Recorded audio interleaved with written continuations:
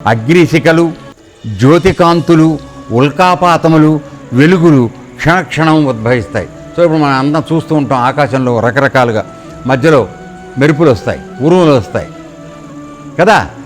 తర్వాత ఉల్కలు రాలి పడిపోతూ ఉంటాయి. మన ఆకాశంలోకి చూస్తే ఉల్కలు రాలి పడిపోతూ ఉంటాయి.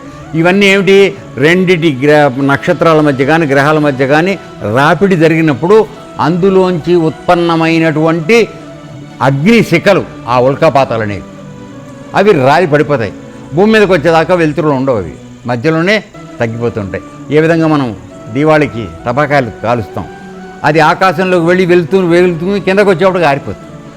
సో ఆ విధంగా ఇవి ఎన్నో జరుగుతూ ఉంటాయి, క్షణక్షణం ఉద్భవిస్తాయి, కొద్దిసేపట్లో అంతరిస్తాయి.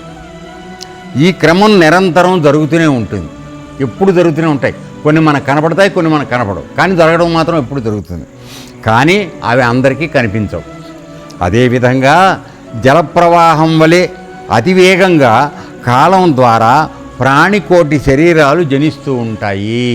సో జలం అంటే మా జల ప్రవాహంలాగా, అంటే జలం ఎప్పుడు ప్రవహిస్తూ ఉంటుంది కదా, అదేవిధంగా మనం జన్మలు ఎత్తటం అనేది ఈ నీరు ప్రవహించినట్టుగా మనం ఎన్నో రకాల జన్మలు ఎత్తుతున్నాం, తిరిగిపోతున్నాం, ఎత్తుతున్నాం. అది నడిచిపోతూనే ఉన్నది ఈ కాల ప్రవాహంలో. అర్థమైందా?